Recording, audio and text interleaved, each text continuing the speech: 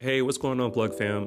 So, a friend of mine was looking for a tablet for their kid and was asking me, is it worth getting an older model iPad, like the one from 2018? I told her that is a really good question, and I'm gonna take it and use it for this video. So since it first debuted in 2010, Apple has released over 30 different variations of its iconic tablet. And we would know as we get a ton of older models when the new one drops. But just because it's not the latest and greatest version doesn't mean you should count out older models. First up, let's dive into the specs. The 6th generation iPad is powered by the A10 Fusion chip, which was also used by the iPhone 7 and 7 Plus. This chip features a 64-bit architecture, a quad-core CPU, and a 6-core GPU. And while that's not the latest tech, it is capable of delivering decent performance for everyday tasks. It comes with a bright and crisp 9.7-inch Retina display that's great for watching videos, reading, or even doing some light photo editing. When it comes to storage, you've got two options. You've got the 32GB and the 128GB version. The 32GB is ideal for streaming or web browsing, while the 128GB model gives you plenty of room for apps, games, and media without worrying about running out of space. Camera-wise, you get an 8-megapixel rear camera capable of recording 1080p video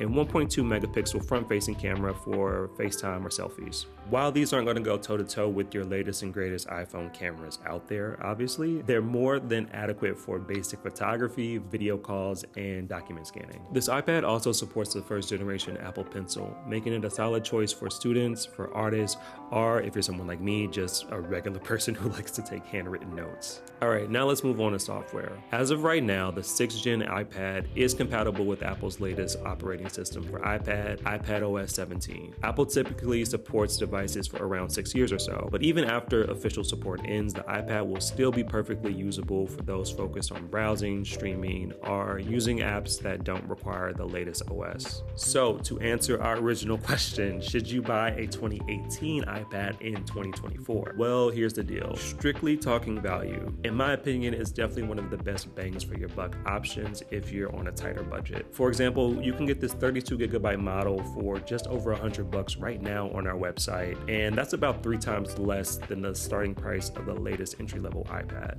Plus, with the Apple Pencil support, this iPad becomes a great tool for students or anyone looking to dip their toes into digital art without breaking the bank. And look, of course there are other alternatives out there. If you need something that's a bit more powerful for gaming or video editing or multitasking, you might want to look at the iPad Pro. But if you need a device for everyday use like browsing, streaming, note-taking, or some light gaming, this iPad has a lot to offer and I would definitely recommend it. So if you're still staying loyal to your 6th generation iPad or you're considering picking one up, let us know in the comments below. Thank you for watching and we'll see you in the next one.